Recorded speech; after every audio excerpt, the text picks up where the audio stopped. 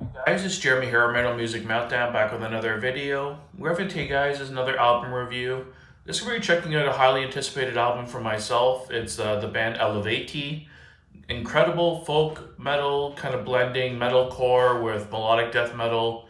In my opinion, no one does it better than these guys. They're my favorite folk metal band of all time. I've been following them since about 2010, and I have a majority of their albums on CD. There's a couple I'm missing, but I was really excited to hear they had a new album dropping. The new album is called, I'm not sure if it's Anv or Anv, A-N-V. It just dropped on April 25th, 2025, and it's through Nuclear Blast Records. It's got 12 tracks in total, 41 minutes in length, and starting with the artwork, really cool artwork, really suiting to the band. That kind of folky, forest, kind of mystical kind of feel to it. It looks like a cave that has like overgrown with like leaves and whatever on top, and it's somebody opening it up. Really cool artwork, really dig that. And the album opens up with the song Emerge, which is just over a minute long instrumental. Pretty heavy instrumental, good way to lead open the album.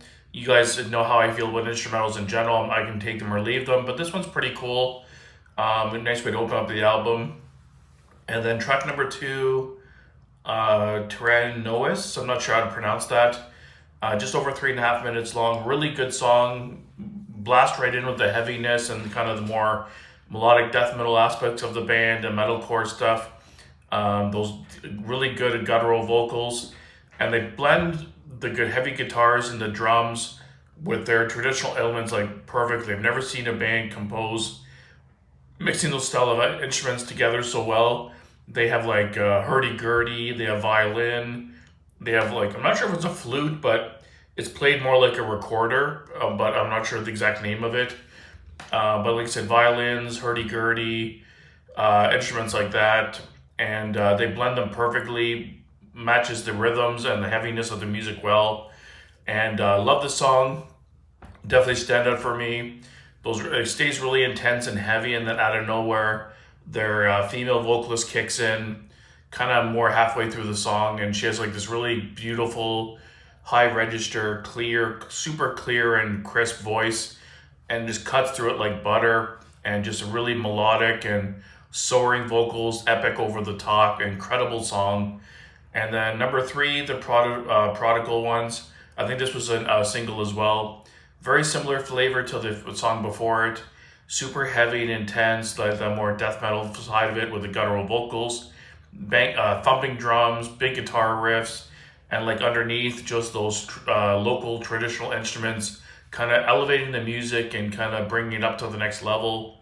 And then again, that big chorus with the female vocals kick in, and it's just high register, beautiful, ethereal, and just raises the whole feel of the song right up to the level 11. Another one of my favorite songs for sure.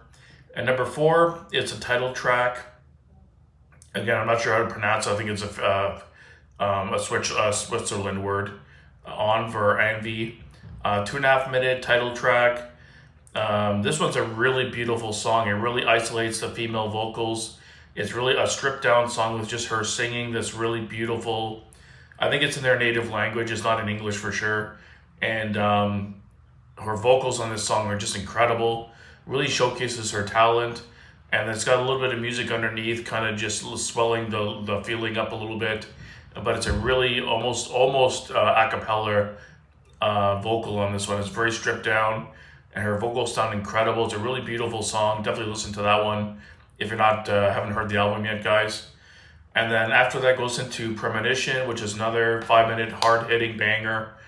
A mix of clean and harsh vocals, big riffs, high intensity, headbanging, incredible song. And then Awin is number six. This one had a little more of a groove to it, still heavy and intense, and a mix of the clean and harsh vocals, but I found this one had a little bit more of a groove to it and more of a chorus on the harsh vocal part, which was a little bit unique compared to the other songs. Really good tune as well. And then the next one here, number seven, Animakara, a minute and a half long. This one is kind of like an instrumental, but it's a spoken word part by the female vocalist.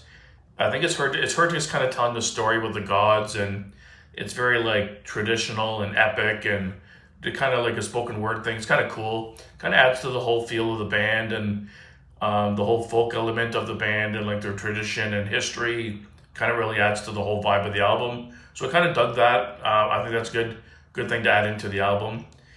And then number 8, it goes into another 3.5 minute hard hitting banger called Harvest. Again, super crunchy riffs, super heavy head banging. Another really heavy song, and really good vocals by both hands on that one as well. And then the Memories of Innocence is another instrumental. This one had a more up tempo kind of feel to it, kind of like a bar, like typical bar folk song, but it was like more like a jig or something kind of thing, kind of feel to it, but not quite that. A little bit more up tempo, really focusing on the traditional element or instruments, I should say, but had a more of a lighthearted kind of swing to it. But a pretty cool song. I could take or leave that one out of the album, to be honest with you. I think it's a different kind of sound compared to the rest of the album. It's not as heavy. It's got a different kind of feel to it altogether. That one I can kind of take and leave. And then it goes into the next song, which is All Is One.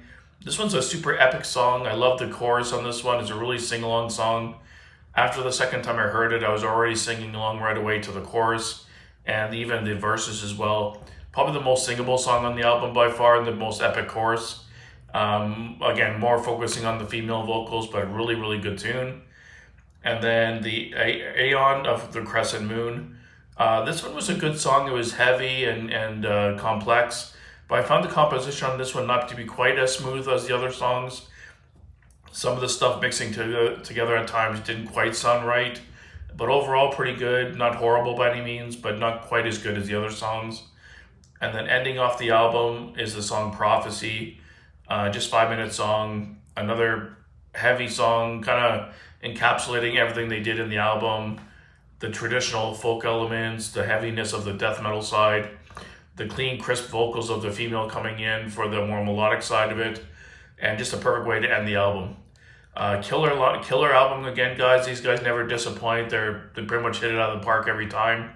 Standout tracks for me would be, I like the 2 singles actually, the Tyrannios and the Prodigal Ones. Those are 2 standout tracks, number 2 and 3. I love the title track. It's a really beautiful song that's really well composed, and her vocals are insane on it.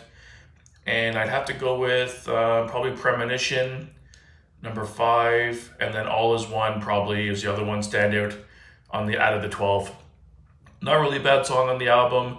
The one song, the Memories of Innocence, that kind of more jig, upbeat kind of song, I could take or leave. But it's not bad by any means, but it's if it was missing, I wouldn't miss it kind of thing. It's just, I could take or leave it. Production's really good. It's heavy. It's just polished enough to have, you can hear all the instruments really well. It's just polished enough so it's not super compressed, but it just sounds good. The mix is really good. You can hear all the instruments, all the different layers in the composition. Vocals on the album are incredible. Both the death growls and the clean singing by the female vocalists sound amazing. I think overall they put more focus on the female singing on this one. It felt like the male guttural vocals were in there quite a bit, like almost most of the songs, but I feel like the emphasis was more on the female vocals on this one, which I'm not complaining about because she's a killer singer and deserves all the hype. Yeah, guys, this was a pretty killer album for a rating. I'm going to give it a 8.5 out of 10. A really killer album. Definitely one I want to pick up. I want to eventually have all their albums. I have the majority of them. I think I'm missing like 3 out of like the 9. So yeah, killer album, guys. If you're not familiar with Eluveitie, please go check them out. In my opinion, they're the greatest folk metal band. I think they do it the best. They have the perfect blend of brutality and heaviness, mixed with like really beautiful traditional folk metal from their country and the instruments. Harsh vocals, really beautiful soaring female vocals. The band pretty much has everything you want in that style of music, and they do it perfectly. So thanks for watching, guys. Stay tuned for more great album reviews coming up, and keep it metal.